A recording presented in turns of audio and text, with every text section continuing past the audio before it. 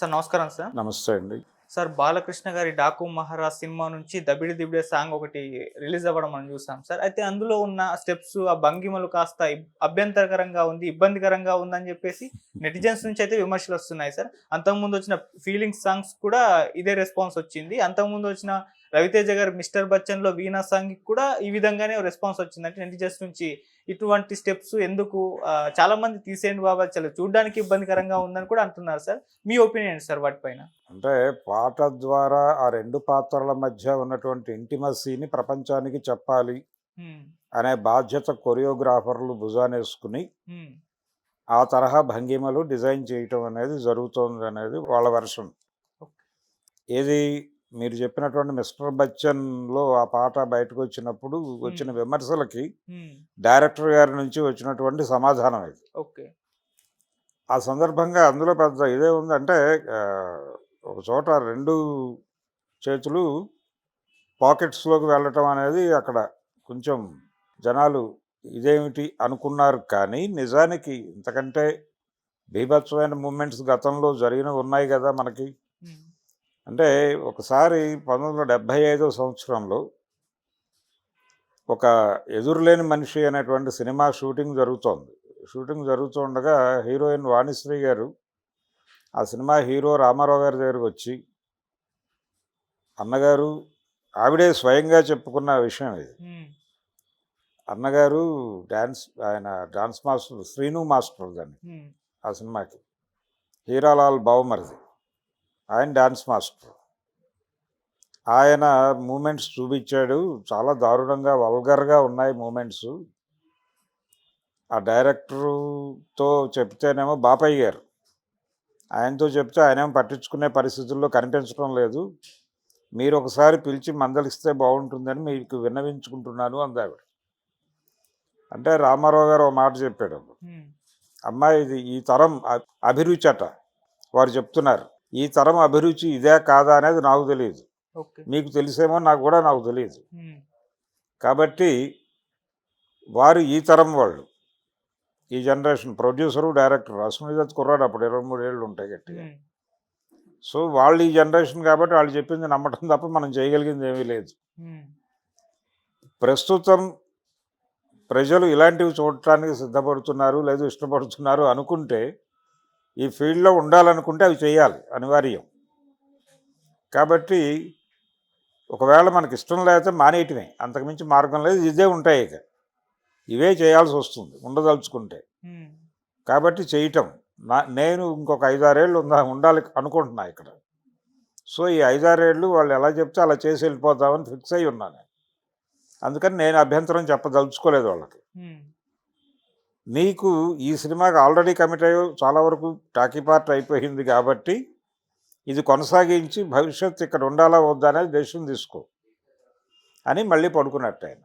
దాంతో ఈయనే ఇలా అన్నాడంటే పరిస్థితి ఏమిటి అని భయమేసి ఆ రోజు నుంచి నెమ్మదిగా ప్రాజెక్టులు తగ్గించుకుంటూ ఆవిడ రిటైర్మెంట్ ప్లాన్ చేసుకుంది. హ్మ్. ఇది ఆవిడే స్వయంగా చెప్పుకున్నటువంటి విషయం. ఓకే. సో, ఈ డ్యాన్స్‌లో వల్గర్ మూవ్‌మెంట్స్ అనే కార్యక్రమం 75 నుంచి నడుస్తోంది. అంతకు ముందు కూడా ఇలాంటి విమర్శలున్నాయి కొన్ని డాన్స్ మూవ్‌మెంట్స్ మీద. హ్మ్. అలాగే 'అడవి రాముడులో' జయప్రద, రామారావు గారి కాంబినేషన్‌లో వచ్చిన 'ఆరేసుకోబోయి పారేసుకున్నారు' మీద విమర్శలున్నాయి. విమర్శలు ఏంటి, ఓపెన్‌గా మాట్లాడారు జనాలందరూ. ఏమిటి గందరగోళం? పైగా ఆయనతో అలాంటివి చేయించడం ఏమిటి అని మాట్లాడారు. దీనికి ఇంకొక రేంజ్‌కి వెళ్ళి, ఇంకొక అడుగు ముందుకేసి 'యమగోళ' సినిమాలో ఆ 'చిలక్కొట్టుడు కొడితే' అనేటువంటి పాటలో జయప్రదతో ఆయనకి ఏర్పాటు చేసినటువంటి మూవ్‌మెంట్స్ చాలా ఇబ్బంది పెట్టినాయి జనాల్ని. అంటే జయప్రద గారే డాన్స్ మాస్టర్ దగ్గరికి వెళ్ళి, నాతో రిహార్సల్స్ చేయించి ఒకే టేక్‌లో ఓకే అయ్యేటట్టుగా చూడండని డాన్స్ మాస్టర్‌ని బతిమాలుకునేటువంటి పరిస్థితి వచ్చిందని ఆవిడే చెప్పుకుంది. హ్మ్. అందులో కొడతాడాయన. కొడతాడు, తంతాడు, రకరకాలుగా నడుస్తుందది. ఇవన్నీ ఆయన అనుకున్నది కాదు. డిజైన్‌లో భాగం. డాన్స్ మాస్టర్ ఏది చెప్తే అది చేసేవాడు ఆయన నిర్మోహమాటంగా. ఓకే. దానిలో రాజీ పడే ప్రసక్తి లేదు. రామారావు గారికి ఒక పద్ధతుంది. హ్మ్. ఆయనేంటంటే తన సినిమాల్లో ఎవరిని వేలు పెట్టనివ్వడు. అవతల వాళ్ళ సినిమాలో ఈయన వేలు పెట్టడు. హ్మ్. అదే ఆయన పాలసీ. అందుకని వాళ్ళు ఏం చెప్పారో అది చేసేస్తాడు. అది ఎనర్జెటిక్‌గా చేస్తాడు. తన పూర్తి అంకిత భావంతో చేసేస్తాడు అది. అంతవరకే. ఆ తర్వాత వెళ్ళిపోయి తన మానాన తను కూర్చుంటాడు. ఇది ఆయన ధోరణి. హ్మ్. ఆయనతోనే ఆకుచాటు పిందె తడిసే చేయించారు కదా తర్వాత. ఆ తర్వాత డ్రైవర్ రౌండ్‌లో గుగ్గు గుగ్గు గుడిసుంది, వంగమాకు ఇలాంటి పాటల్లో మూమెంట్స్ ఏమిటి? సలీం మాస్టర్ అంటే ఆ రోజుల్లో చక్రవర్తి గారి సంగీతము, సలీం మాస్టర్ డాన్సు, రామారావు గారి స్టెప్పులు ఇవి కదా సినిమాలను ఊపేసినాయి. వేటూరి గారి పాట. ఈ 4 ఉంటే సినిమాలు ఆడేస్తాయని అని తీసిన సినిమాలు చాలా ఉన్నాయి. ఆటగాడు ఇలాంటివన్నీ అలా వచ్చిన సినిమాలే. సో, ఈ వల్గర్ మూమెంట్స్ అనే కార్యక్రమం మనకి చరిత్రలో చాలా కాలంగా ఉన్నవే. హ్మ్. కొత్తవేం కాదు. అనేక సినిమాల్లో చూసాం. అంటే ఈస్థెటిక్స్ అనే పేరుతో కూడా ఇలాంటివి ప్రదర్శించిన సందర్భాలున్నాయి. ఓకే. అంటే నడుముని ఇలా పట్టుకుని వైలెన్‌తో అలా టచ్ చేసి ఇది ఈస్థెటిక్స్ అనుకోండి. ఈస్థెటిక్స్ కావచ్చుగాక. అది సౌందర్యాత్మకంగా ఉండుండొచ్చుగాక. దాన్ని సౌందర్యాత్మకంగా చూడకుండా వల్గర్ మూమెంట్‌గా చూసినోళ్ళు కూడా ఉన్నారు. కానీ ఆడియన్స్ మెచ్చుకున్నారా లేదా అనేది ఇప్పుడు అది ఇందాక మనం చెప్పుకున్నటువంటి పాట హ్మ్. అది కోకెత్తుకెళ్ళింది కొండగాలి అనేటువంటి పాట. ఆరేసుకోబోయి పారేసుకున్నాను పాట ₹1,00,00,000 పాట అంటారు. అంటే ఆ సినిమా ఆ రోజుల్లో అంటే ఆ పాట నడుస్తూ ఉండగా డబ్బులేసేవాళ్ళు జనాలు. హ్మ్. అలాగే రిపీట్ వేయమనేవాళ్ళు. పాట అయిపోయిన తర్వాత మళ్ళీ వేయమనేవాళ్ళు. మళ్ళీ వెనక్కెళ్ళి వేసేవాళ్ళు. ఓకే.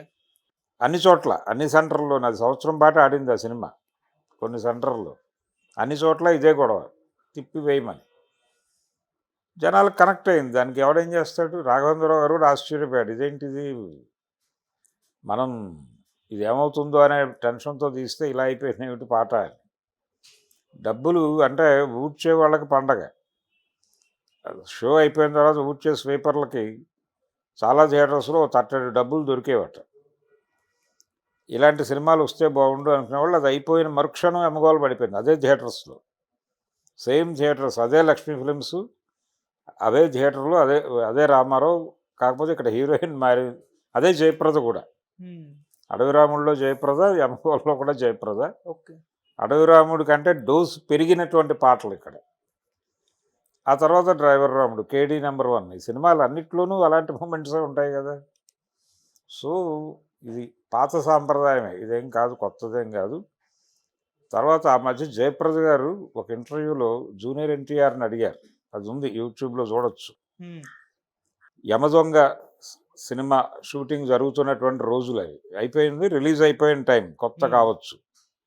ఆవిడ ఒక చిలిపి ప్రశ్న అడిగింది ఎన్టీఆర్. బాబు ఆ పాట వాడారు. అమ్మగోళ్ళలో పాట వాడారు. దానిలో చిలకొట్టుడు కొడితే వాడారు.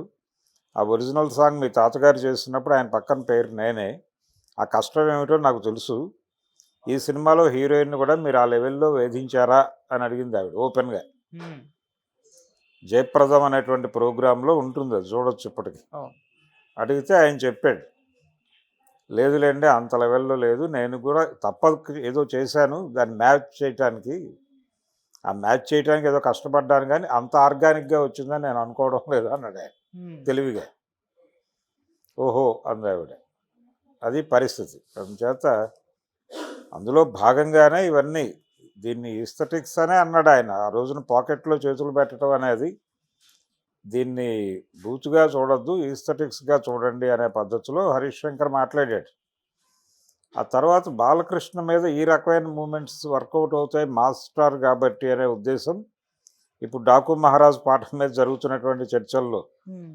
ఇప్పుడు కృష్ణ గారు చేసినటువంటి పాటలు, 'వజ్రాయుధంలో' శ్రీదేవితో చేసినటువంటి ఆ 'బుగ్గం మీద గోరు గిచ్చుడు ఎందబ్బా' అనే పాట ఒకటి ఉంటుంది.